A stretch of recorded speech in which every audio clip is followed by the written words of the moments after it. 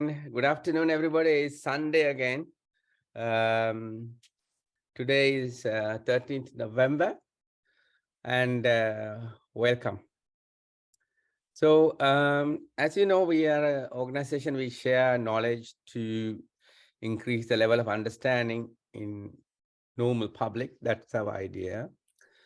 So, and we tend to look into our papers and everything else. And then I saw this publication about a week and a half ago. හදිසි මැතිවරණයට පෙර system change එකක් කළ යුතුයි. Now I was interested to look that because මේ අපි දිගටම system change එක ගැන තමයි කතා කර හිටියේ. So and then suddenly I thought, oh, here we got a bank manager who is interested in talking about system change before election. So now this is some interest, so it was very much interest to us because we might change. So this is the speaker. So I spoke to the author of this article. And then he happened to be a deputy manager of Bank of Ceylon. And then I was delighted and he was happy to share his knowledge. So he will be here in shortly, but I will introduce him formally when it comes to it. Before that, I need to show a couple more slides. So as you know, we promoted a petition asking for a system change so that we can have a referendum to introduce a system change.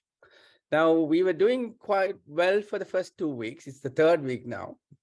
And sadly, for the last week, we have gained only 7 additional signatures. Now, this may be showing something. Has the trust for system change has worn out in the country? Or is it us that we are not advertising it sufficiently? Is the question.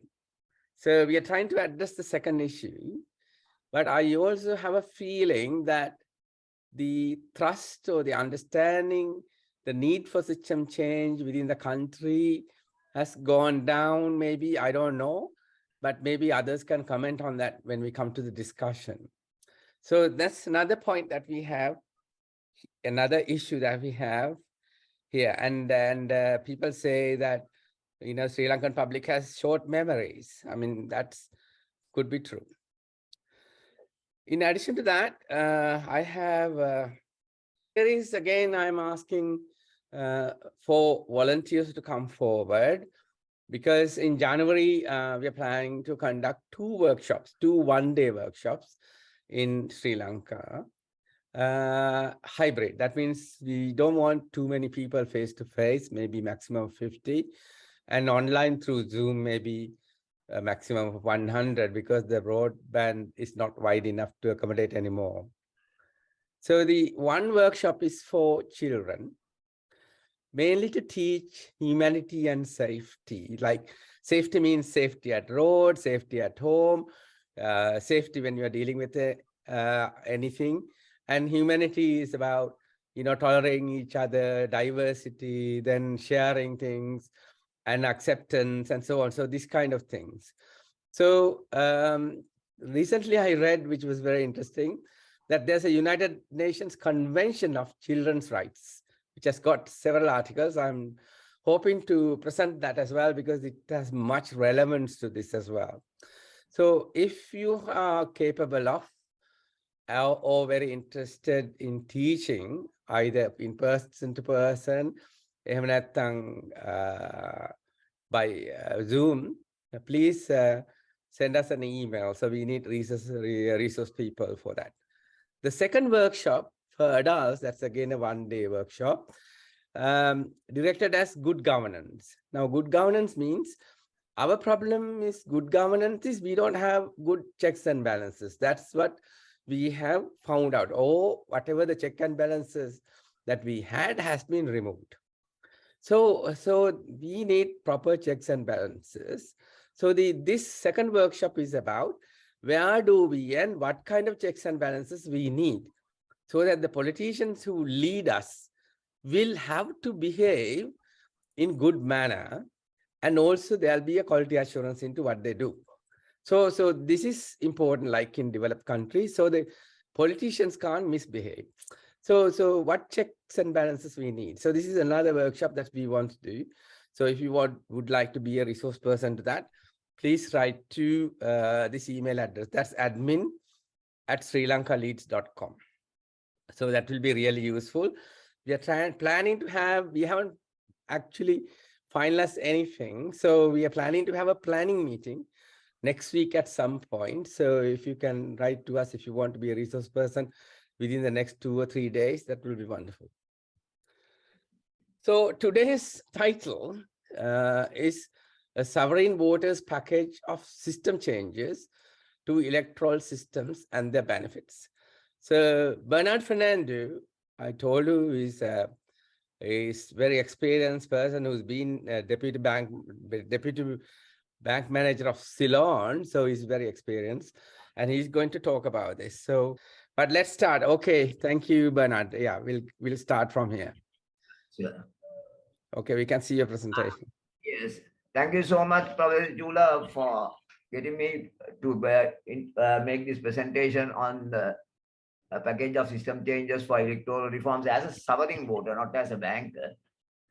So at the outset, I would like to thank Cyril Madadenia for giving the lead to Sri Lanka Leads, and for the Sri Lanka Leads to take the cue, for the cue to be taken by Professor Chula to make a presentation on system changes.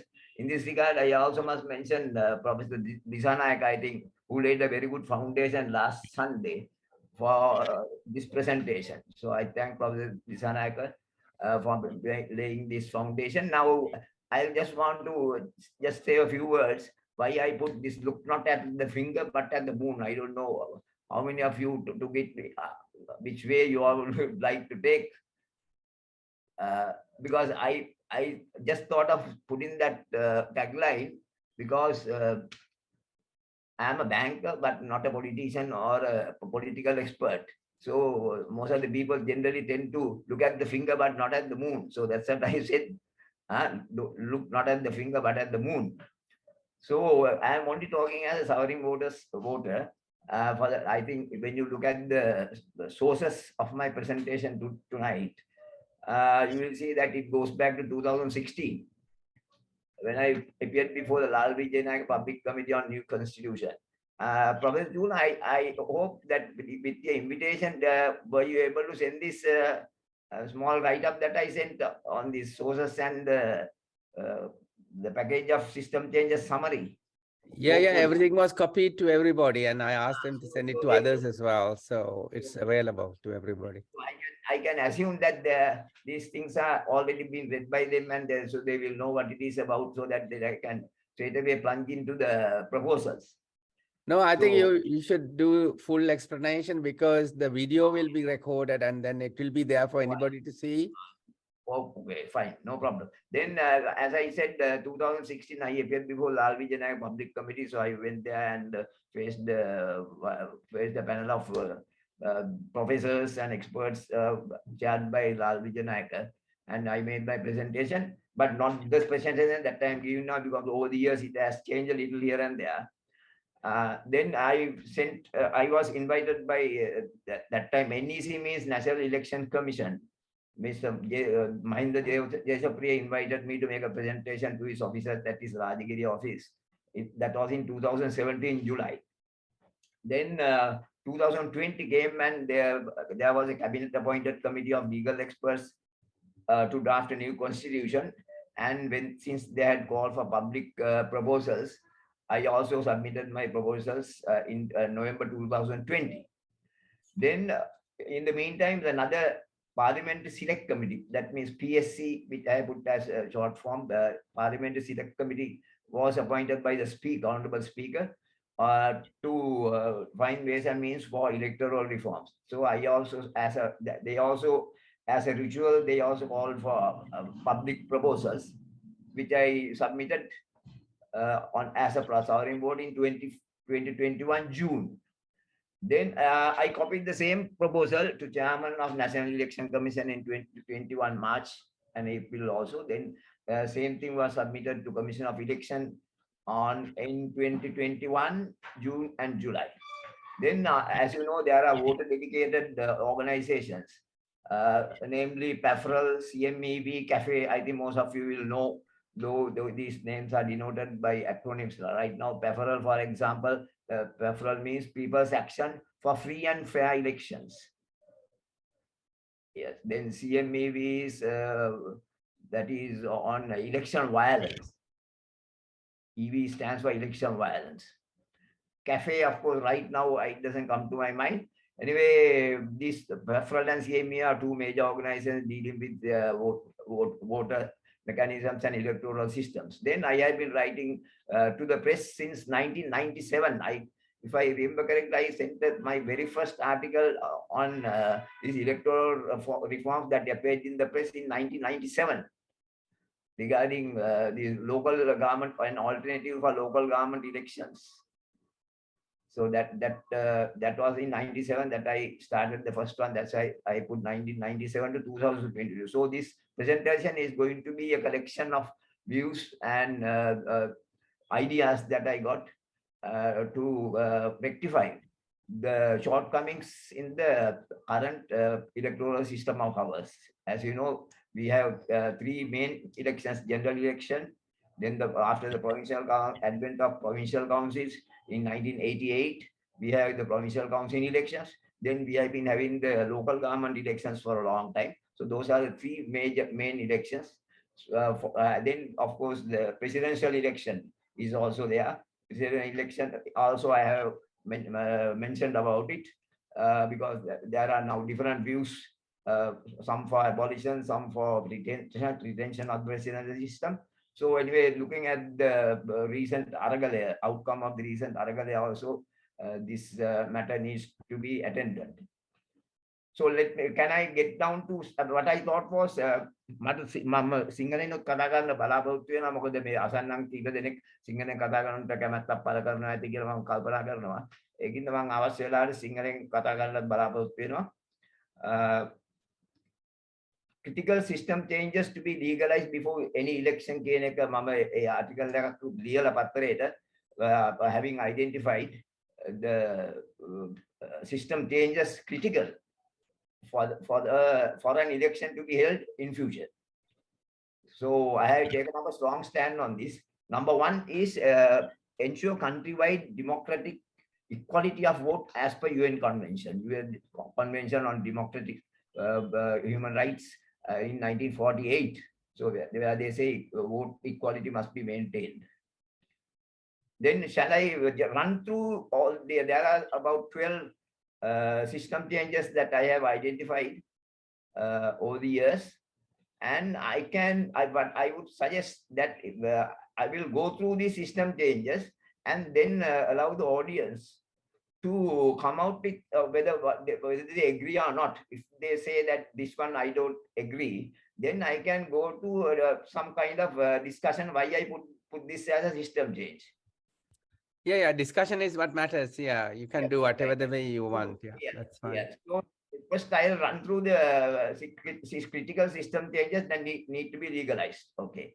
Then ensure next one is the equality of vote is primary in my view. And that is a primary for any election. For example, අපි ගමේ ගත්තොත් මරණාධාර සමිතියකත් ඒ vote එකට සමානත්වයක් තියෙනවා. හැම vote එකම ඉන්න කාණ්ඩයක සමාන vote එකක් තමයි එක බැගින් ගණන් කරලා උක ඇරිත්මැටික් එකක් තියෙන්නේ. එතකොට දෙවෙනි එක ඒ පත් වෙන උදවිය කවුද පත් කරන්නේ අපේ නියෝජිතයන් වශයෙන් මේ මරණාධාර සමිතියක් වෙන්න පුළුවන්. එහෙම නැත්නම් urban නගර OBA එකක් වෙන්න පුළුවන්. ඒවලත් අපි බලන්නේ හැම ඕනම ඉලෙක්ෂන් එක ප්‍රධාන සාධකයේ තමයි දෙක තමයි යෝග. වෝට් එක සමාන වෙන්න ඕන. ඒ වගේම අපි පත් කරගන්න පුද්ගලයෝ පිළිගත හැකි පුද්ගලයෝ වෙන්න ඕන. දැන් ඒක මෙතෙක්කල් වෙලා නැහැ නේ බා හොඳටම පේනවනේ. දැන් මම අයිඩෙන්ටිෆයි කරුවා මේ equality of vote එකක් නෑ. මම දැන් ඒක පෙන්නන්නම්. ඒක I have empirical evidence for that. එතකොට country first අපේ නියෝජිතයන් අපි දැනලා තියෙනවා 1948 ඉඳන්ම නියෝජිතයන්ගේ ඔත්තත්තේ ඔත්ත පහළ පරිහානියට ලක් වෙලා මේ අවසානයේ දක්වා දැන් මේ රටේ ආර්ථික තත්ත්වය මේ රටේ තත්ත්වයට ගොදුරුනේ ඒ ප්‍රධාන හේතුවක් හැටියට තමයි අපේ පත් කරපු නියෝජිතයන් සුදුසු නැති මේ නුසුදුසුකම. Yes. Number 3, ensure women and youth representation. Now, I am saying earlier, I took up the stand of only women youth representation somewhere in 2016. That was imposed at 25, but I said practical, it would be 20. Now, after the now I have changed my the ratio, rather the percentage. In youth representation also should come in, and women and youth both at 20%. Then you will have in every five of the nominees, there will be at least one woman, one youth below 35, and rest to be other balance three, of course, to be three persons may be men. So altogether, every five must this mixture must be there, the composition. So that is another one that I think that is already there. But the only thing is that technically they are unable to achieve this ratios. 2018 elections, they couldn't do that. Even after this mixed member voting system was tested in 2018 for local government elections, but they couldn't achieve that percentage. So I am giving a method. So if you want to discuss, I can do that. Stipulate objective-oriented mandatory criteria to nominate 29 nationalist MPs. As you know, we have 29 nationalist MPs. Now those nationalist MPs, there's no system at all in what you call nominating them and selecting them to the parliament. It's not happening the way it is mentioned in the constitution. So most of the time, your screen is not moving, so I think you're seeing you're now moving. because now just finish that slide. Then amend ad hoc ratios in member system and secure an equal opportunity for all parties to enter their nominees in merit order under any one of lists captioned. I am saying PR, FPP, and central pool. Now, I can explain that.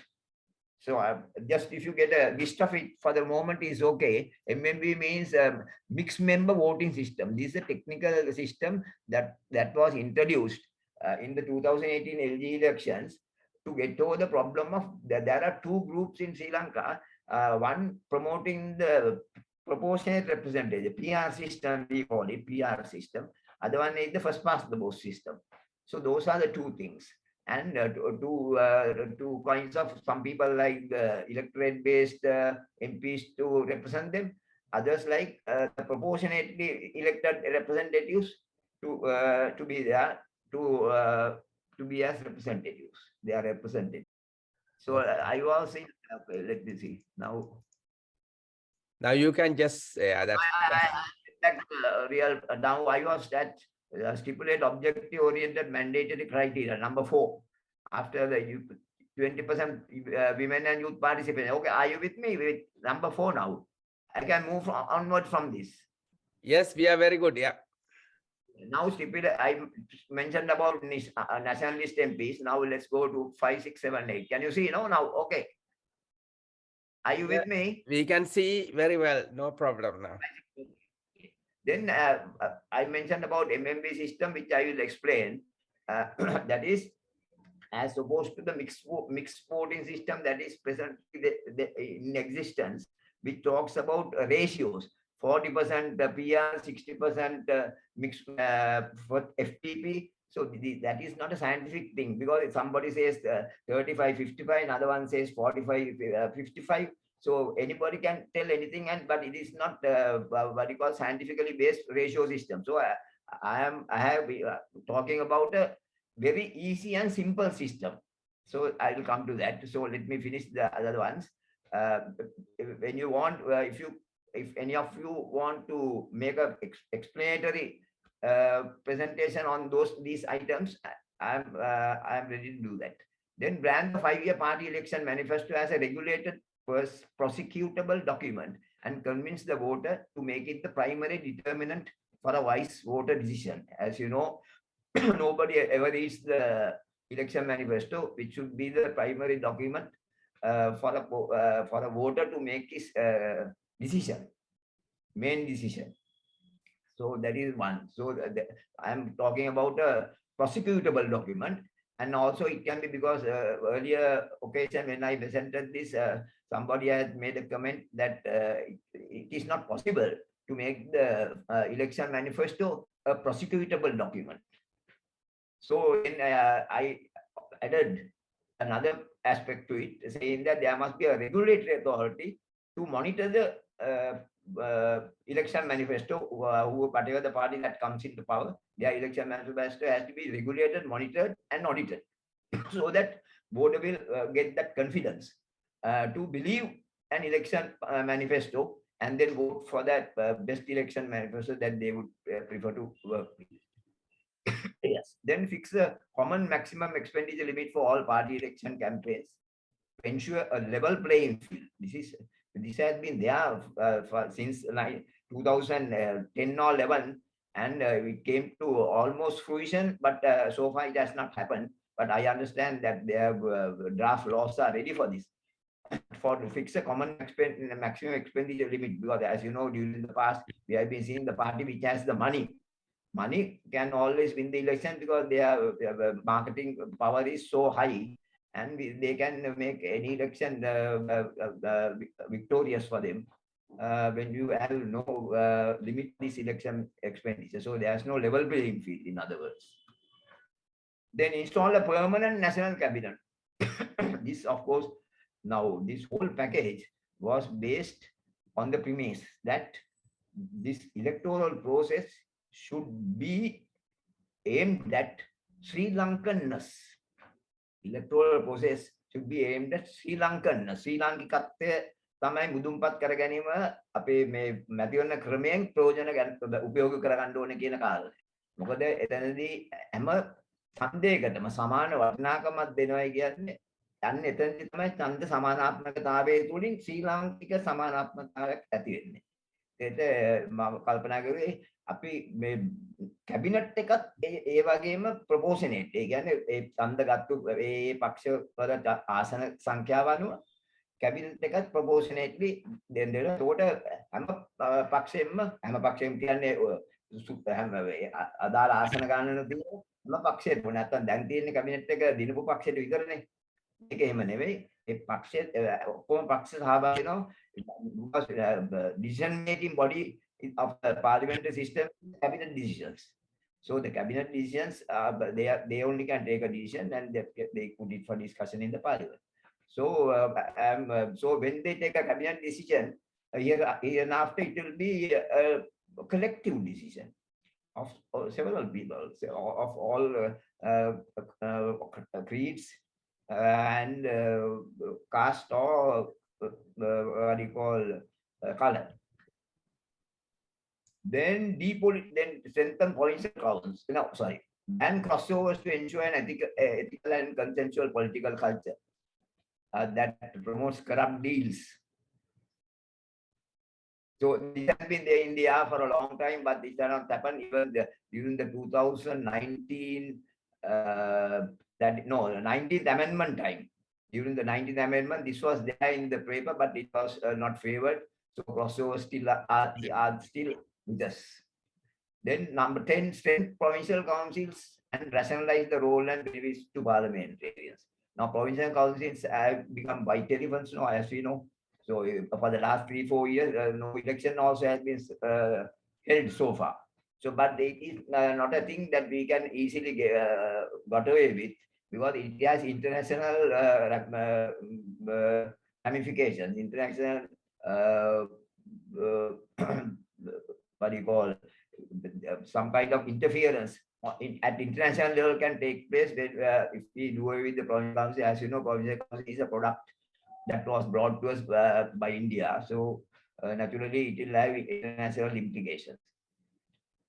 So only thing is, white elephants, we must make the white elephant black and get the work done. Depoliticize local government elections to ensure fair and uncorrupt assistance to people through election of respectable, acceptable, sociable, independent candidates at Grama Nilidhari level. GND means Grama Nilidhari level, nominated by Jana Sabhas, proposed by NMSJ. Now, I have been talking about this depoliticization of local government leaders for, as I said, in 1997 also I said that.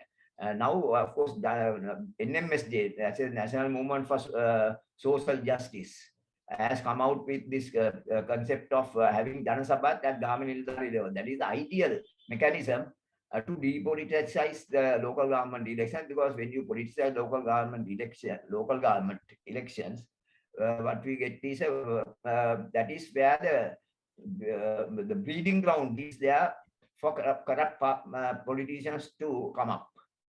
So we have to make a nursery for political professionals to come up. So by having this kind of depoliticized local government elections. So take cost-effective, yes, take cost-effective steps to ensure maximum productivity of the electoral system, because as you know, present electoral system, if you read the paper press, now they have already set apart 10 billion rupees to conduct local government elections alone. I'm not talking about general election or provincial council. The local government elections, they are willing to spend 10 billion. So this just imagine the impact of it on our economy. So we are unable to pay the government salaries, pay the paddy marketing board to purchase paddy. So and we are unable to pay gratuity. So when these things are there, we are ready to spend 10 billion. Are the voters ready for that? So then the detailed methodology, as I said, to effect above system changes have already been published in national newspapers. That as I said, or if you care to read, they have appeared in papers for a long time, but nothing as, because all these my submissions of proposals, I was, other than that, the 2016 public committee and the election commissioner in 2017 have not been called by the experts committee nor the parliamentary election committee to explain. So this is the situation. Now, this is the detailed. Now what you are seeing is the detailed proposals of critical system changes with benefits. I'm also going to tell the benefits, so that actually this presentation was designed for our general voters, so-called sovereign voters, to understand. Because when you tell them the benefits, then we can convince them. So, gentlemen, ladies and gentlemen, so these are the critical, which I thought as critical before we hold any election. Otherwise, we will be back in the same abyss, as what they call in single may hold the made තත්ත්වයකට තමයි අපිට ආනුත් election එකක් තිබ්බොත් මුළු දෙන්න වෙන්නේ. ඒ කියන්නේ දැන්ට තියෙන තත්ත්වෙම ඉදිරියට යනවා. ඊට පස්සේ ඉදිරියට ගියාන් පස්සේ මේ තව අවුරුදු 5කට අලුත් ආණ්ඩුවක් ආවොත් ඒගොල්ලෝ තියෙන තත්ත්වෙම රැකගන්න තමයි සූදානම්. That we have to break the shackles of convention. Otherwise, we will be able to come out of this mess. So, as everybody knows, the politicians were responsible for a major portion of this our present plight. So with that, I would like to leave it with you. I can go, because if I were to go ahead one by one again, I would think that you also will get bored, and time will also fly. So if anyone is wishing to get a explanation about this, because I thought I can always talk about with I thought would be understood, which some people would like to clarify. What do you mean by equality of vote? Yeah, we can probably go item by item and then discuss, if that's okay with you. Yeah. So I can do that now. Shall I take up the ensure equality of vote? Yeah, I think that will be better. So the discussion as well, then you will see what it means. Yeah. I think, okay, it's very good. I think you put very important points in there. So let's start a discussion point by point, and then you can show your slides as well. Thank you. Yeah, now slide says everything. If you can read, people who can read faster than I talk can easily get an idea of it. Ensure equality of vote, which is the primary requirement of a democratic general election. Without equality of vote, you can't have there's no meaning having an election. So, but all these years, we never looked at it, because we took it for granted. The authorities, whatever the result they give, we took it for granted. Nobody ever analyzed it. Now I was able to analyze it that actually this is not the first time I did it. I did it after 2015 election. Also, I showed it. Some papers carried one full page. What changed the basis for uh, determining number of seats. That was the headline in 2016. That article. The same thing I produced, but nobody ever took heed of it. Consider the entire country as a single electorate. Why I am saying that? Because we have one national parliament. Parliament is one. So entire country needs one national parliament. So entire country must be one electorate. What is happening now? What is happening is, I don't know, some expert from somewhere abroad or whatever, now they have used district as the unit. You don't need a district as a unit. You need the district as a unit for the provincial councils, not for the general election. General election is one electorate, all entire, because we have to, that, as I said, this is the point where we have to go for Sri Lankanness, whether it is north, south, east, or west. There must be all Sri Lankans. Those all Sri Lankans must carry a ballot card that is equal to one. But I think so equality means the whole country has one election, is that what you're saying, and not go by district and district? Yeah. Yes. Okay. Correct. So I think Ranjan, you are there. I said you had an argument against this because remember there was one election. I think I can't remember. Maybe when last time or the one before in the United States, where the person who won didn't have collectively, I think it's Trump, didn't have collectively the highest number of votes, but had proportional representation as highest number of seats. Now there is a point for having that, and I think Ranjan, you explained it very well. Ranjan, you're there, yeah? Yes. Ranjan, are you there? Can you hear me now? Yes, Ranjan, yeah. Yes. What I said then was that I gave the example of, no, how shall I start this? In Sri Lanka, we have the universal franchise and the party system. Under this system, we today, after 74 years, we see that the one community has cornered the sovereign powers of the entire 22 million people. That is what we see today. Particularly after the last presidential election, one single community monopolized, controlled, cornered the entire sovereign power belonging to 22 million people exclusively. In fact, that word exclusively was also used by the ousted president, by the president who is now ousted. He used that word. So the objective from the beginning was for a particular community to take control of the sovereign power of the country, which belongs to 22 million people. So much so also the cry went out that Sri Lanka belonged only to that community. You all know these things now. Yeah. I think this was the political dysfunction, the political failure of Sri Lanka contributed mainly, largely, and primarily to the bankruptcy of the country. Right.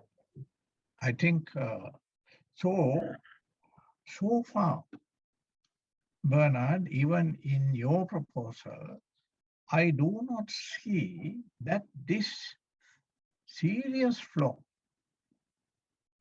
or omission in the Constitution has been corrected. I don't see it being corrected to ensure that that sovereignty which belongs to all the people is not cornered by one community. See? And that which has caused a lot of harm to the country as a whole. Now, in this context, I also mentioned, now this is not exactly parallel. I think the constitution makers of the United States so many hundreds of years ago, nearly 300 years ago, they may have seen this because, they brought a situation which brought a provision in the constitution. As a result of that provision, the outcome is somewhat anomalous in that a, a candidate would get the most number of votes, but it does not guarantee him the presidency. You see, that is dependent on something else. That happened in the case of George Bush. It also happened in the case of Hillary Clinton. Hillary Clinton got more votes, some 3 million more votes than Donald Trump, but Donald Trump was the president. I think it was to correct, it may be, I have to study this a little more in depth, see, that to ensure fair play by all, you see, ensure that there is democracy to all and not democracy to some community or one community, you see, that it was introduced. Similarly, I think the greatest failure of all three constitutions that we have been having so far, and the constitutional debate for the fourth constitution also has not taken this factor into consideration, and the constitution makers and thought leaders and thinkers and intellectuals and constitutional pundits have not tried to address this issue so that all communities feel that they have a say in governance. Now see what has happened in Britain. Some of you are living there now. You see, can you? The most impossible thing has happened there. No, a Hindu Indian is the Prime Minister of UK.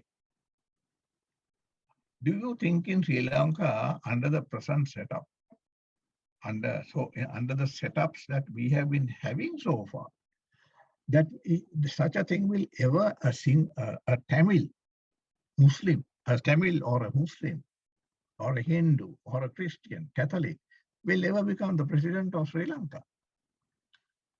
Even though I say this, there was a time before this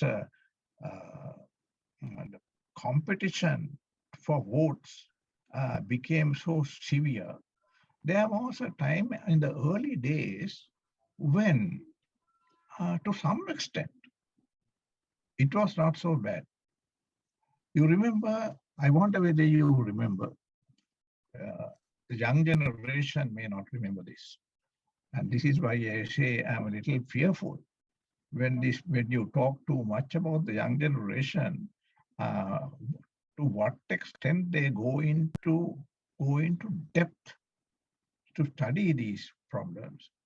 A white woman was elected to parliament, wife of Dr. S.A. Wickramasinghe, Doreen Wickramasinghe. She was the MP for Akurasa,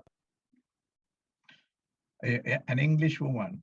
I think even PDS Kularatna's first wife, who was a European English woman, English lady, I think she also, but I'm not very sure of this, I think she was also elected. Then let's go further back. H.R. Freeman, an Englishman. He was adored by Anuradhapura, citizens of Anuradhapura, and he was the MP. the MP. There is, in fact, in Anuradhapura a road named after him, Freeman Mawata. You see how we have moved away from the global trends in which the world in which the world is moving. The the world is getting more and more away from Catholicism, communalism, and ethnic line thinking on ethnic lines. But we are going in the opposite direction. You see, this is going to harm the future generations of the country immensely. You see, we are going back to tribal days. We have not corrected this, and we have not addressed the issue even. Not all. I try to, pardon me this personal remark. I don't like to make personal remarks, but I saw this and I thought I will write to the constitutional committee elected by the ousted president, headed by Ramesh Silva. I wrote to him on this issue, that committee on that issue. And I asked for an interview to meet them and explain myself. I was never given that opportunity. I was never given that opportunity. See, so we clearly see. If you think that the only one community can live in this country to the exclusion of others, and the others must be only second-class citizens, we are making a very big mistake. You see, unfortunately, I can see that India is also has also taken a retrograde step. You see, it was under Gandhi, Nehru, the philosophies of those two great men that India came out of poverty, came out of starvation, came out of famine, see, and became what it is today, a highly developed country, it's a highly advanced country. See? But unfortunately, this is under the present dispensation. Under the present dispensation, I think India is going to lose a lot of ground in the geopolitics, in their geopolitics with China.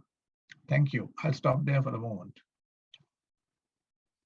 Thank you very much, Ranjan, for that comment and explanation, because I think that's a very hard aspect that people need to understand why this is there to balance out. And yes, Bernard, what is your comment into that?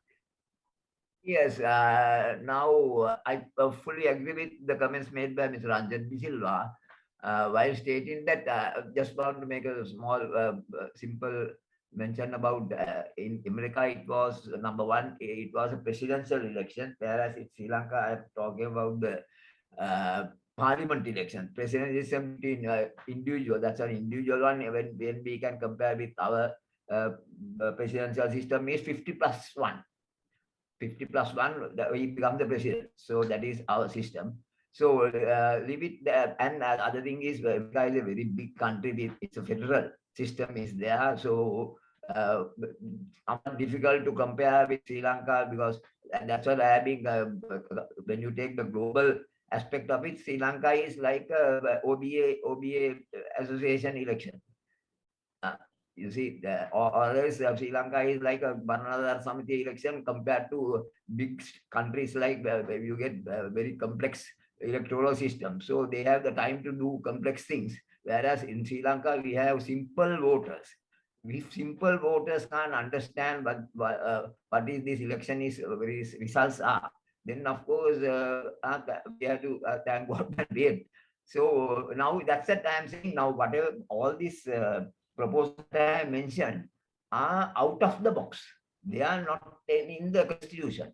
This constitution, as Mr. Ranjan said, constitution has to be amended to accommodate this. That's why the people, we as serving voters, we are saying we want system changes.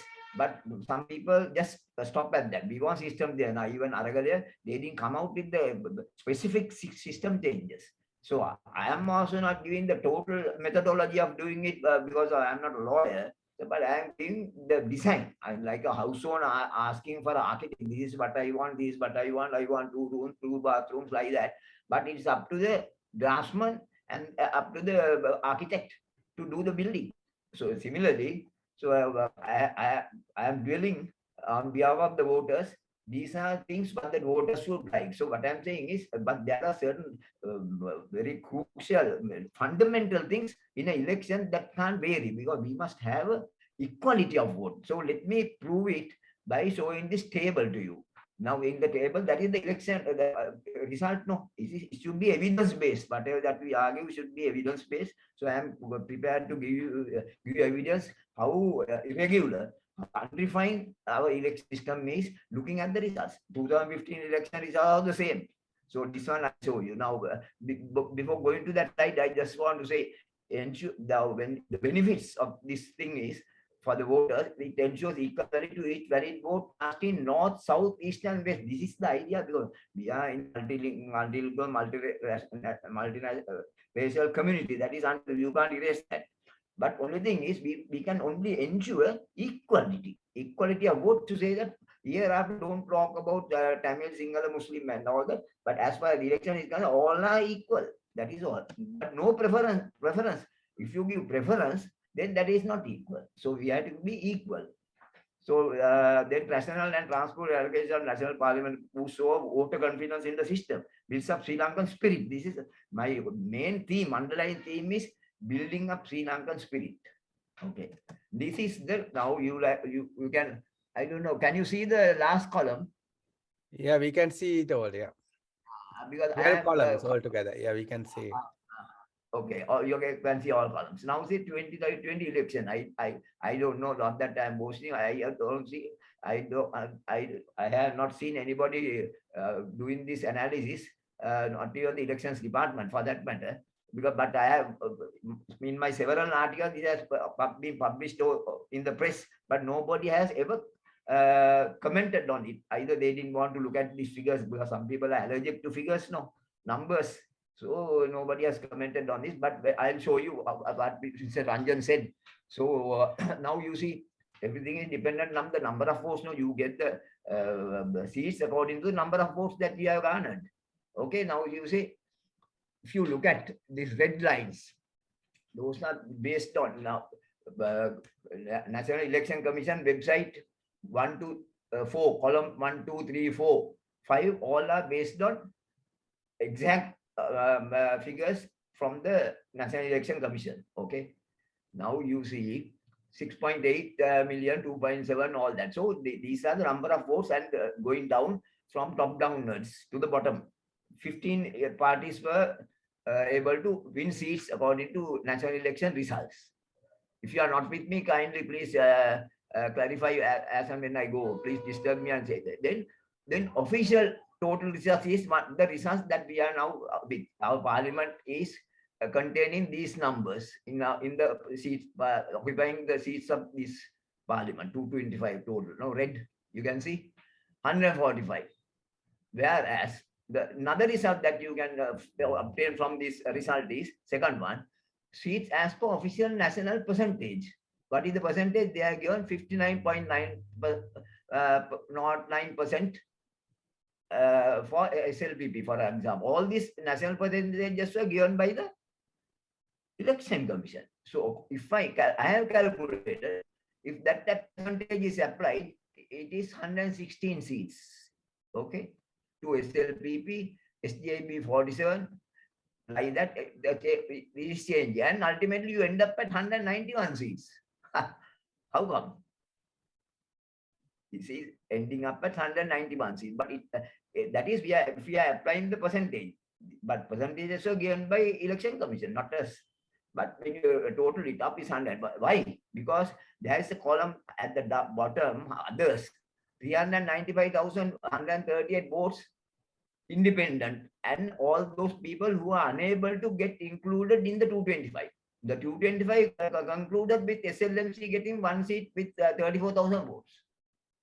Are you with me on this? Now that shows these others have been included, though they have put the percentages including the others votes, which were not eligible for a single seat. You follow? So that means they have calculated on the basis of total votes as 11.5 million. I am not finding fault with the election commission, but that is what is in the constitution. Constitution says you get the percentage, the vote, the parties getting the percentage calculated as per total valid votes, which I will show you that it is not correct. We must exclude. I think I can now understand a point, because you have decoy applicants, isn't it, when you go for votes? And then I think this is the reason, say, because if you have decoy applicants put by the same dominant applicant, then you get these wasted votes. So when you waste the votes, this gets bumped up, isn't it? That is rejected votes. Yeah.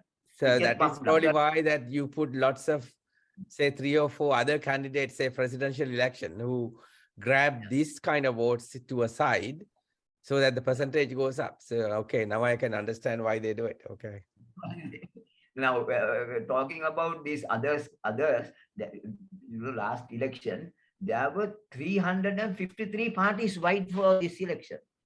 353. When you deduct the 15 parties that whose names are appearing here, there are 338. 338 parties got below 10,000 votes. So that shows there's no point in these various parties going by race, caste, and creed. And they should, I think this remark was made by Professor G.L.P. some time ago in Geneva. What he said was, for us to live as one nation, we can't erase this race, caste, and creed easily. But all of us will have to understand. But earlier, I think all these big parties, major parties, had all communities inside their party. That is the one. Also, the smaller communities, of course, because of their representation is low, the best thing is for them to join with the major parties, and then can get equal benefits. So this 3.41%, 395,138 were entitled to five seats. But as a result of several people trying to form small parties and then contesting, adding insult to injury, how to the vote ballot paper is getting longer and longer, and that is also leading to voter confusion. So as a result, we are settled with this type of result. So there are several reasons. I'll come up with that. So for that reason, now why, according to percentage, if you calculate, number one is others must be taken out, and we must calculate the 100% should be the total of the 15 parties that are winning votes, winning seats. It must be the 100% must be divided. You must divide the party votes of those vote winning parties. Others must be excluded. Whereas election commission has taken into account the final total. We have to exclude others, and then you will arrive at not 96.57. You will arrive at, I am showing refined national percentage is 99.9%. You see, when you apply that, that is the refined percentage. Real percentage should be that. According to that, refined seats allocation will be 120 as against official 128. Then SJP 47, and now getting refined 48. That is the percentage. Then JJP means JVP 3.84 becomes 3.98, and they get 8. And with the nationality 9. So when you look at the total refined seats, you can see the difference. So that is the third result that you can get. This is the refined system is the correct system in my view, because they have to change the constitution, because constitution says the seats should be allocated as per percentages of the total national votes that was taken.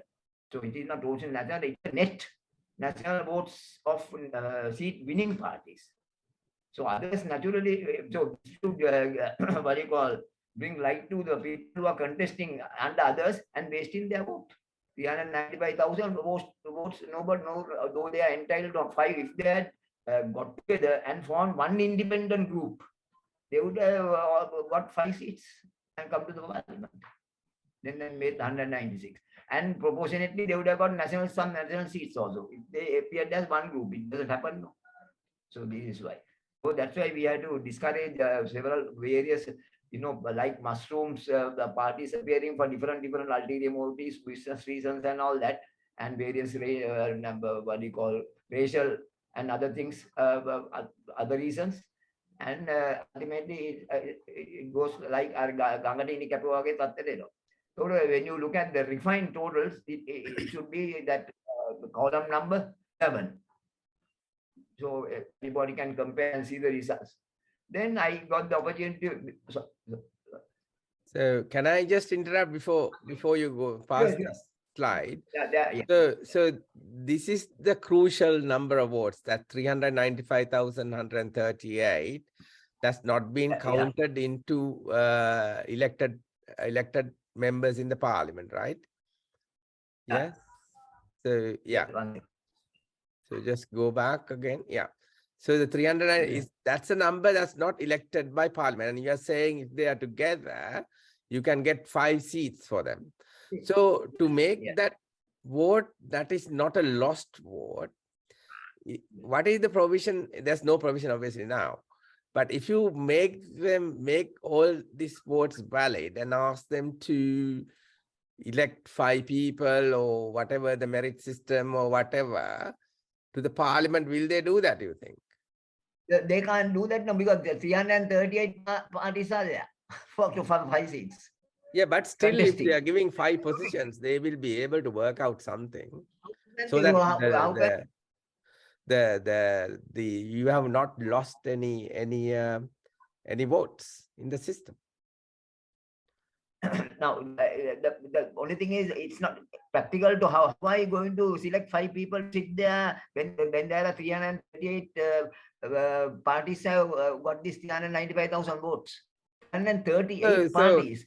So you allow them to come out with a solution, and then if they don't come out with the 5, leave it blank in the parliament. You don't have to fill it. That is, then you leave it at 191. Then you have to, if we don't select, it will be 191. So what I'm saying is that the futility of having these parties for the sake of having parties for different reasons, ulterior motives or whatever, nobody is winning anything. Just these 395,000 people who have voted for these small groups, their votes are all wasted, going to the waste paper basket.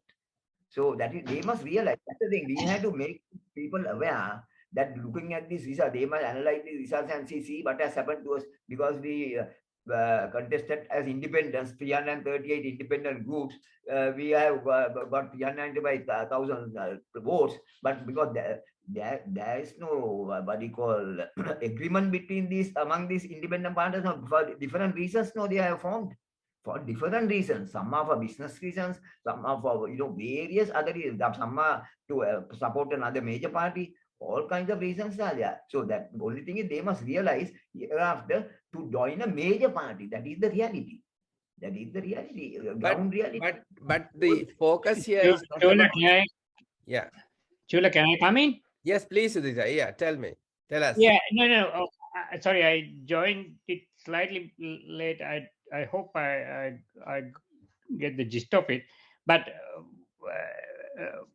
one of the suggestions will be for all the independent groups to come as one group, and if they get 5 or 4 or whatever the number of seats within that independent groups, the people who have got most votes will have to nominate a member. So first 5 independent groups who had got most votes, they can nominate one member. I mean, that's one way of looking at it. I don't know. Yeah. Udita, at the moment, there's no mechanism to count this number of votes. That's the issue. The issue is, as I said, the mere fact that 335 parties have 335 objectives. Maybe 1 or 2 common objectives. But this is what is the problem with our country is like this. I mean, they don't realize I think these are for I think most of them are coming to support a bigger party, but without joining. maybe to break votes. We No, say no, no. maybe to break votes, yes, because when you break votes, then Yeah. you lose this and the percentage They goes up here. Yeah, that's right. So they think that by breaking votes, then they can get an advantage over the other party. So the thing is, people must realize as a result, this is the result. Result is So the constitution should say that you cannot lose any votes. You have to accommodate them like I'll this. show you, yeah. I will just show you about several other reasons why the constitution is not so many other votes are going into Westward Bhagat. This is only one. I'll tell you the other ones. Now, how come? Official total seats 145. How is this 145 when the percentage is 59.9% and seats as the official national party is 116? What a big difference. Why is that? Can anybody tell? Why is 116? 145, nearly two-thirds majority. But I think it is important to have some stability in the parliament with proportional representation. Yes. And otherwise, so many coalition governments, so many objectives, so many different groups, it will be difficult. So I think it is important for the main party to have few extra members. It may so that there will be stability of the government. I mean, that's what I think. Yes. No, but no. This is the general comment made by several people. They mostly the politicians. They always say we must have a stable parliament. We must have why stable parliament. This is only one group of people debating over national issues. But if they are to be stable now, say even with this so-called two-third majority, see what happened during the last few days about this voting. People were opposing, but ultimately they came to a consensus. But people are taken for a ride. No, but people must be able to. You can't have unexpected results. When you say management, also management must be predictable. You can't have unpredictable type of results coming up because people have voted them. They must be predictable.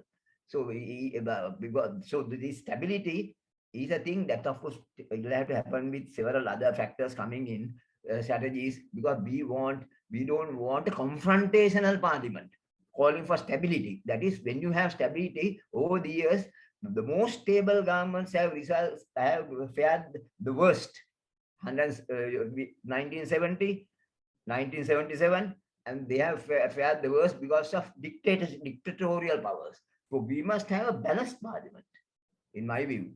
So but obviously dictatorial powers come because of this, isn't it? Because you lose votes and then it jumps up the percentage and then that is now this argument has been put by some people that time. And the real 1978 constitution didn't have this, but they came out with this. But why this reason? 116 became 145. 17 bonus seats from each district gave unbacked by votes. That is now bonus seats are not supported by votes. No, bonus seats are even if you get one seat above in the district above the other party, you are entitled to an extra seat. These are the politicians argued those days, saying that because of the very word stable, we can't have a stable. Why do you need a stable government? We need a consensual government, not a confrontational government. So that is why we must be high time we have to explain it. I mean, academics and experts, because politicians are going their own way. They want to divide and rule. That's why they always come up with national problems, single, all the Tamil and Muslim and all that. That is divide and rule. So we as voters, we have to tell them here, look here the result. This 17 bonus votes. That is one. Now, next reason for this kind of disparity is you know that most of the people don't know because we don't dissect and see and analyze and all that. 5% in any district, if you get 5% less than the total number of votes, then all those votes are thrown into the waste basket. That is another reason. That is shown by the results I'll show you. All those that is if you get below 5%. So not this independent thing. This is worse than that. If you get good votes, even big major parties getting bigger voter percentage less than voter percentage less than 5%, you are zero. This has happened. You can see. I'm not worried about the whatever the party that do. Now, in the case of JVP, for that matter, JVP got 400 for third highest votes, no, 445,000. But in the how many seats did they get? How many? 3, 4, 5, 6 column. Official total seats, they got 3 votes, 3 seats. But Then they themselves don't never talk about the loss in that way. Huh? They themselves never highlight this issue. This is the thing. I have sent all these proposals to all these parties, and they don't want. I don't know for what reason that they are not commenting on this. I just can't. Can I propose something, Bernard? Because now it's 1 hour 20 minutes gone since we start. Oh, that is the thing. Normally, Exactly. no, I don't want to hurry up because we need to actually come to conclusions. Is it possible that we continue the presentation at a later date and get a good discussion on these things? Exactly. Yeah. Say Okay. yeah. So then I will complete this. Shall I complete the other portion of it? Let's see whether there may be other people who wants to talk about this, because I think it's important to talk about and get as many ideas. Ranjan has raised. Sure. If we can finish up with this table, that is enough, because it is a very what you call crucial thing. It's crucial thing, as you say. Very right. Ranjan, you raised the hand. Ranjan, yes. Thank you, Chula. A short intervention since you want to wind up. The para 5, this MMV. Yeah. What do these letters stand for? I can understand. Ranjan, I think I want to take this up next week as well, because I think it's important to discuss these things and then understand the issue properly and then go forward. I'm suggesting Bernard to continue next week as well. Yeah. Sure. Now, what I want to know is what do those 3 letters stand for? I'll tell Mr. Ranjan is MMB means mixed member voting. All right. Okay. Mixed member voting. That's all I wanted. Yeah. I knew that. So then finish with the FFP. What is FPP? First past the post. There is a big camp who are supporting FPP. So that's why this percentage MMB system was evolved to appease these FPP proponents as well as PR proponents, that is proportional representation proponents. So that is a mechanism they evolved, but that became a real flop. At the 2018 election, they had to, as local government members, numbers increased, that there were some hangover problems and all that. Ultimately, they had to increase from 3,000 odd to 8,000 odd to get over the problem. So now they have realized the fallacy. Now, FPP system, luckily, I had the seat-wise, what you call, announcement of results. As you know, still, from the good old days, our election results are announced as per electorate basis. Can you remember all these elections? This is how I what you call extrapolated the figures to that basis, because of the seat-wise votes are available. So accordingly, they said pre-1978. These proponents of FPP say we want to get back to pre-1978 situation. Okay, if that is the case, this is the evidence, and but you can see the results. SLPP getting 131 seats, electorates. SJP getting 10, JAP 0, ITAC 15, and you can see the rest. Now I leave it to you all, your conscience, to see if that SPP was applied. This is subscribed with the result. Anybody can challenge this if it was applied. See, then what would be the type of parliament that we will have? Super majority and total dictatorship. Because based on electorate. This result. I think you got a very important point there. It's good to ask for other people to come out with suggestions how to sort this out. Any ideas from others? Professor Chulan, the irony is this has appeared in all the Sinhala and English newspapers. The pen is mightier than the sword is not applicable now. No, that is why we need to discuss. Otherwise, people don't understand it, no? Just writing alone is not enough. No, this time it must be evidence-based. But writing is bringing about evidence-based situation. I mean, you're doing evidence-based. That's why we are understanding it. Yeah, yeah. So In 2015 also the same. 2015 same joke. This 28 bonus seat, 5% minimum vote percentage. This 5% minimum vote percentage, just to finish this, was put on the argument that a lot of parties are contesting for 10 votes and for 15 votes like that. And then they took the decision district wise, if you get below 5%, so that means to discourage small parties coming in. But what happened actually? It was futile, no? 335 parties contested, then some got even 500 votes, some got less than 100. I have got the results, website results from NEC. So that is a futile exercise. This 5% should not be taken out. It must be proposed. All votes must be valid. Vote must be given an opportunity. Unfortunately, these others don't get, because the 225 was taken up by the main parties, 15 parties. yeah, I think it's a very good. From the audience, I think we should get some more comments, Exactly. please, about how to rectify this issue. Any ideas? Rectification I have given. Now I have given the refined total seats. That is the simple rectification. Very simple thing. It's like OBA or Parliamentary Committee election, because all are equal. We are Sri Lankans. This is the problem. So, but even in your refined total seats, still this 395,138 is not getting anything, no? Sorry. Come again, Naya. Still this 395,138 votes is not getting anything, even when you refine. Yeah, that's nothing is 100%. You can't find a solution. Somebody can find a solution. First solution is for these independent groups either to join the major parties. That's what Professor GLP is also mentioned. They must realize the reality, no. So they will know. So their objectives can be met by joining a major. Good old days. How many all these various ethnic groups they are with the major parties, no? I can mention names. Good old days, some 50s of all the, and even independence was obtained by several groups coming together, 1948.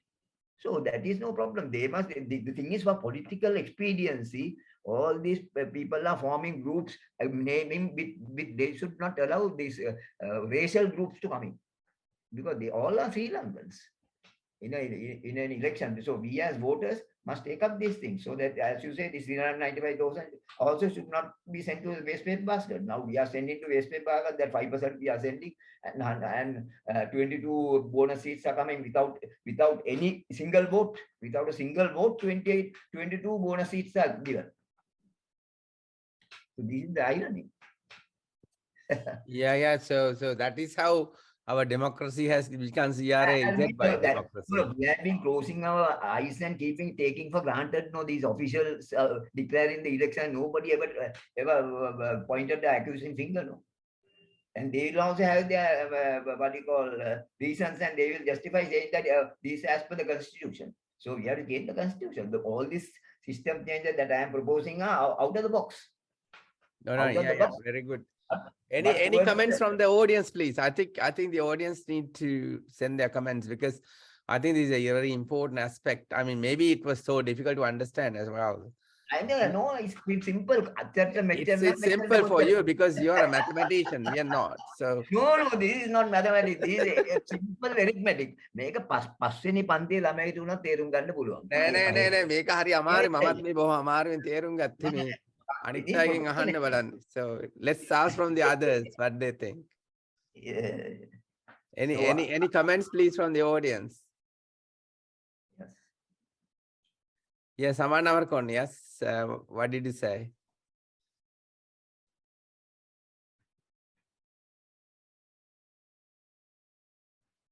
Messages. Nobody can see any messages here. Somebody's asking about that, but the messages are not recorded. So yes. Okay, so anything else?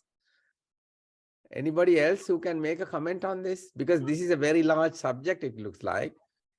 And I think this, so Bernard, your point about equality of vote or loss of equality of vote is because of this, isn't it? That you are losing so much. Yes. 5% of the vote is discarded, and Yeah. then this one in the national level is also discarded. Yeah. This is the thing. So we must, it's a very simple thing. As I mentioned, take the example of OBA, Maranadhara Samiti. We must apply that because all are equal, no? Maranadhara Samiti or OBA, all are equal. So that is a simple truth. Easier said than done. Any comments from the audience? I think nobody is coming forward. I can see the difficulty, but But that is because um, of what we call bias thinking. I think Lakshman is there. Lakshman, what do you think? You studied this subject. Yeah, a bit confused. Confused. There is a message from Saman Namarokon. Chula, can you read it? Yeah, out? yeah, just a second. Yeah. Someone number cone messages. Where is it? I can't see it here. Can you see it? Yeah, in the chat box. He says a possible solution may be to ban party names based on ethnic, racial, religious basis. It's correct. That's what I always said. Yeah. No, Yeah, that could be one way forward. But then in the manifesto, you'll have to say what you are supporting, isn't it? Yeah. So the manifesto. No. It has to be a practical way of doing it. That, as I said, I mentioned about GLP mentioning that is all smaller parties must realize that they must also join a major party to be a major strength to the party. That party will look after them. There's no hindrance for them. Yeah, but you cannot be a major party unless you go to an election, isn't it? You don't know, like SLPP, say 10 years ago was nothing. Yeah, that's right. No, exactly. It's true. So you can't really say you are a major party unless you have gone through an election. So, and also somebody new coming up, you can't say that they are not a major party until they face the election also. Yeah. But there certain things are taken for granted to now say already major parties are really established. No, they are established. No, beyond any doubt. Now say SLBP. Now as at present, let us take as at present and work for the future. SLBP, SJB, JJP, UMP, ITAC. Those are at least 4 major parties, 3, 4, 5 major parties. So others must also join the bandwagon, so to say. And then contestant all will then it is entire election exercise will be more accurate and more rational. Kapila Gunasekara, you have raised the hand. Yeah, taking up what Saman has said, if you really not allow anybody to sort of, form a party based on religion or race or whatever it is, then the question of manifesto will not come because they they can't produce manifestos based on those lines. Yeah, so exactly. that will be taken care of. Yes. That's right. Because I think that is the best way to go around. But then the thing is, if you want newcomers to come in, like, the present day youth, if they really want to take part in, are you suggesting that only they should join the main parties? I don't think that will happen. So there has to be room for youth. Yeah. How we provide that room, I don't know. I mean, that is something very complicated, but then if they form a party, they should be allowed to come in. Sure, they'll have to taste the litmus test. They have to taste the litmus test and see, then thereafter they will realize their strength. Anybody can always jump into the pool and see whether they can swim. So then they will realize what should it be for the next time. They can always, there will be a first try for everybody. That is no problem. As you say, only thing is we can't that putting it as a strong lay down it. You can always say, I think, as you mentioned, any parties formed on ethnic lines should not be promoted. Then that kind of thing can be there. That is the only because as you said earlier, I think Samanavarakon is saying that any party should represent all citizens and not a small selected portion based on racial, ethnic. So this is the survival tactic that they have used. All these small parties, that is how they survive. Exactly. Chula, I think if you look at the previous first past the post system, even SLFP had Muslim ministers and Chellaya Rajasuriya and all kinds of people were there. I mean, ethnic groups are represented. Yeah. That's right. So I remember C.S. Marikar and all these education minister. He became a minister, and then Chellaya Kumar Surya was the Minister of Post and Telecommunications. yeah. Right. I can see this is a PhD subject actually.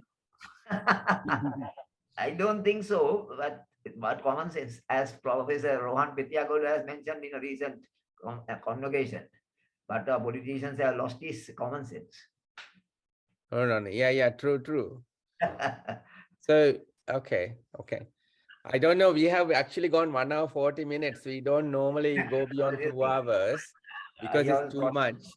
Yeah. And are you happy to continue next week so we can summarize what we had done and then? Let me see. Next week it is 20th, no? Yes. 20th. I think I should be okay because I don't want to let it go halfway. Is everybody happy if we postpone to continue till next week? Because this is a very large subject and I'll try to summarize what we had done with Bernard and then email it to everybody as well. Jula, can I make one last comment? Yes, please. Yes, Lakshman. Yeah. Now, Bernard said he's not fully supportive of the FPP system that we had prior to 1978, Yes. parliamentary system. First past the post. No. Yes. First part of 78, after 78 elections, 77 elections. The first part was such change. Yeah. So why don't we go back? So if you go back, I showed you the result. 1978, column 12, look at the result. Yeah. So what are the strong objections to that? Yeah, that is because it's become dictatorial, it's not democratic. But no, I can. I have written articles on this which are appeared in the FPP versus PR. FPP basically that throws more votes to the waste paper baskets than the PR system. So what do they have in the UK and in India? That is another thing that you pointed out very good. We must have a system of our own, and we must not get and implant foreign systems to our country just because it is tried in that. But if it is comparable, it's okay. Geographically, if you compare India, USA, and Sri Lankan constituencies, absurd, no. So what I'm saying is, we have enough brains to think about our own election system. Why should we go and copy various? This is the whole problem. That we are not copying the good things, technological things from abroad. That is okay. These are things, simple things, something to do. These are social sciences, and there's no. In my view, we should not copy others. We must we must have the brains to think what is best for us. Only thing is, it is not decided by the voters. It is decided by the people who are half-brain politicians. No, this is the problem. Politicians are deciding. We gave them the agency and they are gone about the principles. We are the principles, sovereign voters. And they are calling the shots. They are calling the shots. Bernard, is it possible for you to list the weaknesses pre-1978 and post-1978? Yeah. I have an article written on that. I can send it. Yeah, but I need to put it to some slides so we can discuss it and see what. If you can spend some time on that next presentation. Yeah, because the idea is we started discussing these election systems because we want to produce a document at the end of the day. And I've summarized what Lakshman did last time and what you are doing also we need to summarize. Now, I can't even start thinking where to start now at the moment, but we will get there slowly if we can do that. I think that will be valid and valuable because it will probably be publishable as well. Yeah. This summary I have given, Professor, the summary I have given 14 points. No, those are the more real critical areas that we must change. Those are the system changes. Yeah. So but we have to give reasons why as well. So, hi, Chula, can I come in? Yes, please. Yeah. Yeah, yes. I thought that more recently the discussions have been around having a mixed system, isn't it? The previous system as well as the proportional representation system. I think with any system, there will be advantages and disadvantages. With the previous system and before proportional representation, people elected their representatives from electorate, and they had to work for the electorate Exactly. and to get voted the following year. But now what's happening is people get district votes. They haven't got a responsibility for a particular electorate, and they are not they don't have to work for a particular electorate, and and the issues in these electorates are not being addressed by because there are no members representing those electorates. So of course there will be pros and cons for each, but I thought more recent discussions in the parliament had been to have a hybrid system where there will be proportional representation as well as electorate based representation. I generally feel that that's a good system to have. I don't know where the discussions have gone so far.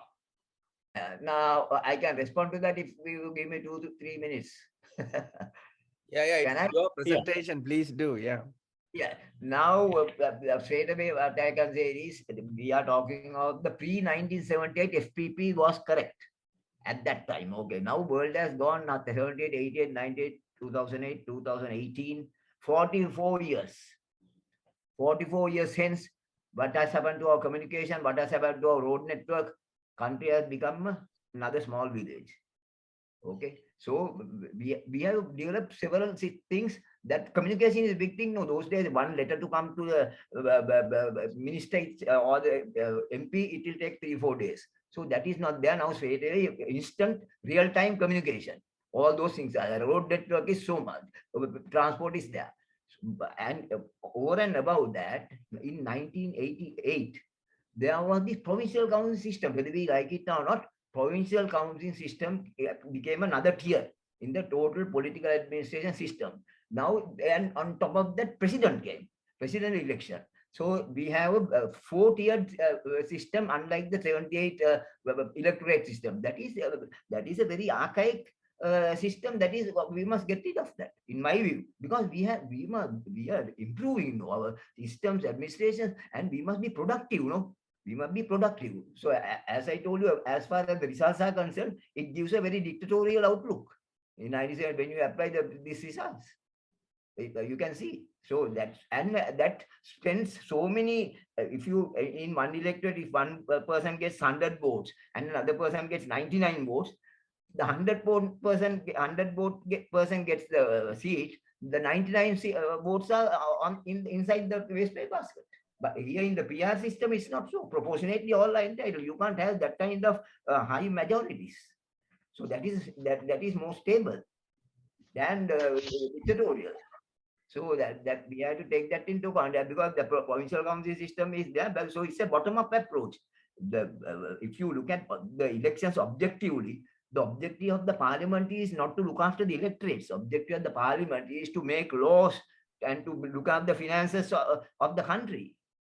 Decentralized budgets and the main budget and policy of the country, foreign policy, that is for them. They don't need vehicles to go about. They only have to come to the parliament and do the necessary in other countries they are called lawmakers, the MPs, lawmakers, legislators. They are not people to go and open what you call small shops and wells and culverts in the electorate. That is not their business. It is the business of the grassroots level people. There is a provincial councillors are there, then local government people are there. They must put it up and get the approval. So that is a bottom-up approach. So I calculated the figure presently. Our what you call politicians. We have 9,333 politicians. That is LG members 8,653, PC members 455, and to add that, if you add the 225, also 9,333. 196 electorates. We have 196 electorates. Divide by 190, you get 48 politicians per electorate, but more than that. Why do you need a MP to speak for you in the parliament? Parliament has different things to do. That is called decentralized administration. If any company or anywhere, even in a bank, we have gone through that now. Recently, No, I think Kapila, you have raised the hand as well, Kapila. Yeah. Actually, I was wondering now, earlier we had, when I was a kid, I remember the Gan Sabha elections and then Nagara Sabha and then the parliament elections. Now suddenly all these things vanish and provincial councils come. And also this all kinds of rogues and come into these provincial councils and the local government elections. Earlier, I mean, it was working fine, I think. That is what we are trying to correct. That's what I am saying. We can't allow rogues to come. We must have eligibility. That I have not discussed that yet.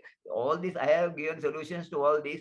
We must be, unless we follow it, faithfully, then we can put that in one good framework. We can't allow rogues to come in. We must have political professionals to represent us, because the large number of people are represented. Now, say 22 million people are represented by 225. This 225 is not the cream de la cream of the country, but the big idea. We have few professionals, but they are overpowered by the lesser qualified people, eligible people. So those are Yeah, and Lakshman, you have raised the hand, Lakshman. Yeah. Now, as Kapila mentioned, we had this earlier parliamentary system. As Bernard says, times have changed and challenges have changed, but still, India and UK is following the same system, and India is becoming a world economic giant very soon. now. Okay. Now, yes, can I respond immediately? I had told it earlier also. What I'm saying is we can't compare geographically, and in all respects, they are unequal. We can compare with Singapore if you want. Yeah. We Okay. can Yeah. compare with England and UK and India. Yeah. Just a minute. Thinking in these lines is the one in 1978 JR did. Yeah. Sorry? JR thought we must devise our own system, so he did it. Already when he did away with the FPP, correct? Yeah. In we must, for me, of course, I never mentioned individuals are not responsible. I mean, he may be underlined, but we must look at the what, not who. We must look at what it is. Now, we have looked at the figure. No, it is evidence-based. Do we agree with this result in this present context? 160, these are already how the election results were announced. Yeah, seat wise. That is very easily done. That can be easily done by these parties under FPP. This Kapila, is not One last one. I just would like to take up from what Bernard said. If the parliament's job is to actually make laws, then we don't need 225. We have only 50 districts. 25 districts. And just have 25 people appointed to the parliament so that they can get on with that job of making laws. You are very right. Now we are sort of getting mixed up with all these things. Yeah. You are very right. I would definitely have liked to reduce it to 30. But the thing is, now, as you know, we can't give them right, left, right, and center. No. Now we must do it slowly. That's what I said. I didn't want to trust the 225 because they will come up with arms and all kinds of things will happen. We must get the things that can be done without that kind of very gigantic changes. We can't go. It's very radical. No, that is, I fully agree. I am for this. We must have even I didn't want to touch the cabinet portfolio. Now earlier they had some 100 people in the cabinet. Now it has come down to, thank God, it is 40 and 30. No. 30 cabinet and 40 state ministers. So I didn't want to trust that. Maybe new parliament will do that. But we must get this framework to get political professionals in parliament. What you are saying is true, but just comparison, we got 9,333 politicians. But Sweden, we were comparing. Sweden has got 10 million, 11 million population, that's half of us. Only 310 elected politicians. Yes, exactly. Then if you go to, for example, even in the US, California, 39 million people, but there is only one governor and elected politicians. So, exactly. Yeah. So yes, Udita, you have raised your hands, Udita. Yeah. No, I think the quality of the politicians is a huge issue. That's why we are in this current situation, because we get people who don't have any qualifications, people who cannot even find probably a clerk's job outside parliament, dictating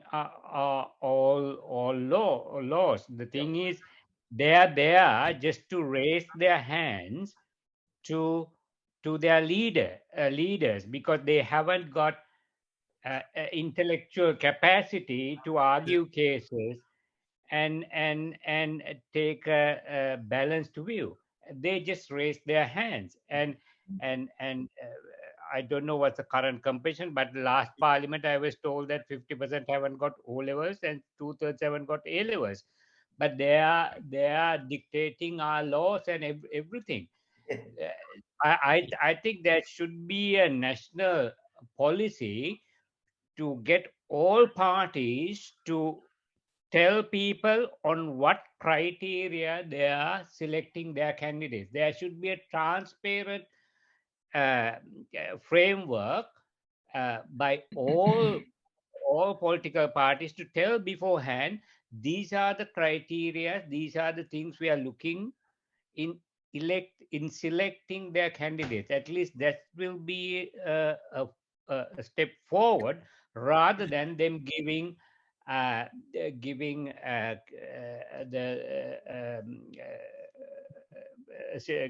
candidates um, with no qualifications, or hardly any credibility.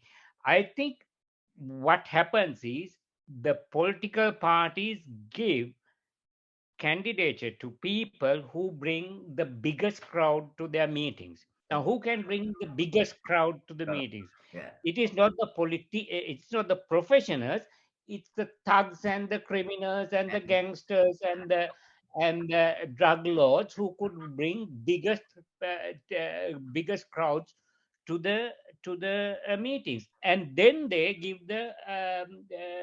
then they nominate them as candidates, and that is absolutely wrong. And so therefore every political party should be, by law, they have to say that these are the criteria we are selecting our candidate. At least people will know. At the moment, any thug or criminal, if they have brought 10,000 people for a meeting, they are given a candidature. Exactly. Yeah, very right. That what you said is quite correct. Because that is the second issue that is the secondary objective of an election, which I have discussed in detail in the press. I have written several articles on this matter: eligibility criteria, the qualifications, and what kind of structured interview systems that they should have. I have given all the details in my other slides. All are there in my other side, because that is the secondary objective of an election. Thereafter, they must stop the NEC. In my view, those are the two main things that NEC should handle. They must first know the numbers correctly. They must put the numbers. Equality of vote is that is the primary thing. After that, who are going to sit on those chairs? Then we must have 22.5 million people should have very good cream de la cream, as I said before. 225 sitting there. This current parliament, I am told that there was another professor in the Columbia University has written the article in Sinhala. Parliamentary Yavyate Ugatum Pamanand. Then he had also mentioned to support this. I mean, he has said even the what he called former NEC chairman Mr. Mahinda Desapriya has also told, if a politician is able to, select from several alternatives, if he has the brains to select the best alternative, and that kind of thing is enough. And they are that Professor Doctor. He also quoted about how about Sima Bandaranaike, Rana Singh Premadasa, D.S. Seranaka, they are not educated. Then I responded. I said, those are exceptions. Every rule has an exception. Those are very few. So you can't make the exceptions the rule. No, the gone are there. Now things have changed. No, Now, so we had to have in other country. I don't want to compare with other countries, but if you see Singapore, Malaysia, at least our Asian countries, they have all professionals in the parliament. And they when they recruit to their party, they put them under training for 1 year in Singapore to become a political professional. So all those things are in my the slides all are there. Thank you Kapila, for I giving think Udita and Kapila, you both have raised hands. Kapila, you want to go first? Yeah, actually, I think what the biggest problem is what is provided in the constitution, that equality of all people. And that is where these people have the loophole of getting into the parliament, because no one can stop them from contesting. You see? Yeah. So that's why I suggested that when you select ministers, you have to put conditions. Then at least qualified people will be there for taking up the responsibilities of ministries, not these idiots. Yeah. Ministers have to first become MPs, no? So we must start from the bottom. The root cause is we must select the best people as 225 for 22 million, no? Yes, Bernard, but then if you stipulate that ministers will have to have these criteria, that is all. then the parties will have to select those people. Exactly. That is the basis. I agree with that. Not that I disagree, but I'm saying is, but if we have 225 cream dinner cream out of 22 million people, that is simple, no, easy to get. Out of 225, all are horses, not donkeys. The year after, I have mentioned about this. They give us a list of donkeys and ask the voter to select horses. How can we do that? So we can't blame some people. They blame the voters, saying that also these voters deserve what they do, what they vote for, and so they get, but they harvest what they are sown. But it is not so, because the voters are given a list of, as you said, these hooligans and all kinds of writers and bribe takers. So how can you select the horses from donkeys? Yeah. Yeah. So you can probably use the same criteria that you take, for example, bank officers. Next session, yes.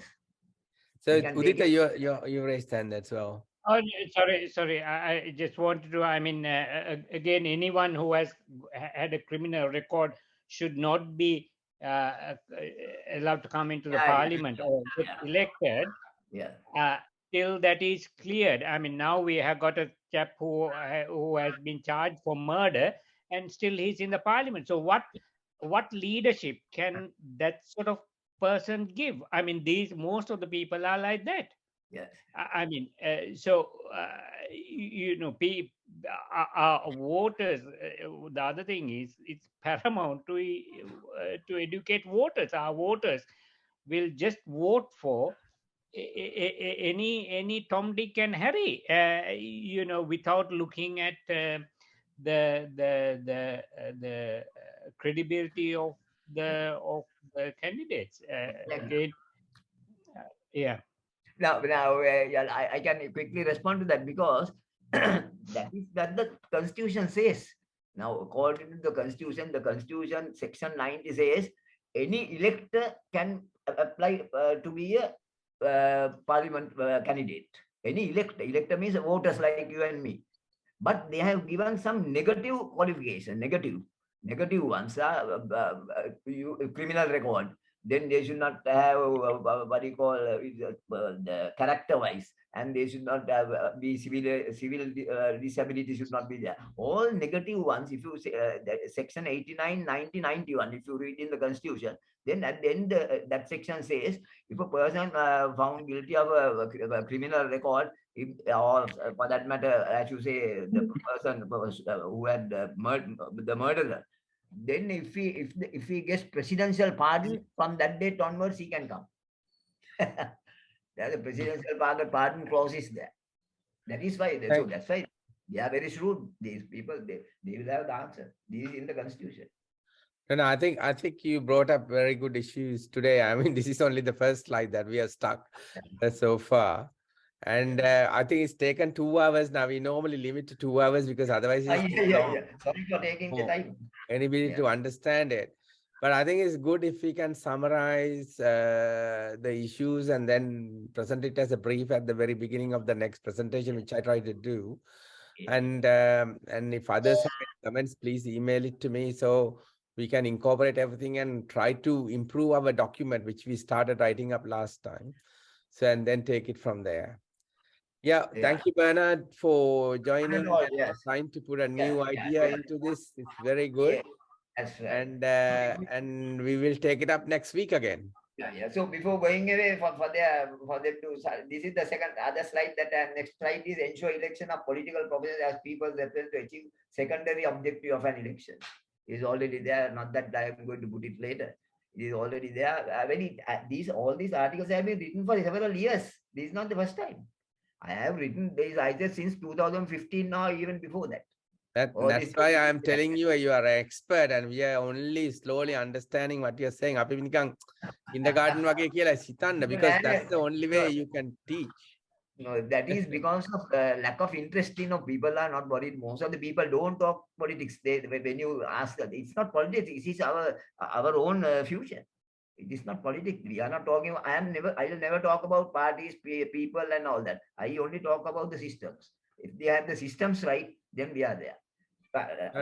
Yeah, that is what we started this as well, because we have to teach the normal public. We can talk in the language that everybody understands. I hope that some of the listeners wanted me to talk in Sinhala also. I wanted to talk, but today I've been taken double the time. No, it's okay. Don't worry. No, that's fine. That's the whole purpose. Thank you for everybody joining today. And I think we've gone over 2 hours, so I think I'll probably have to finish now and then restart again next week. And I will try to do a summary and send it around before next week. Fine. Thank you so much.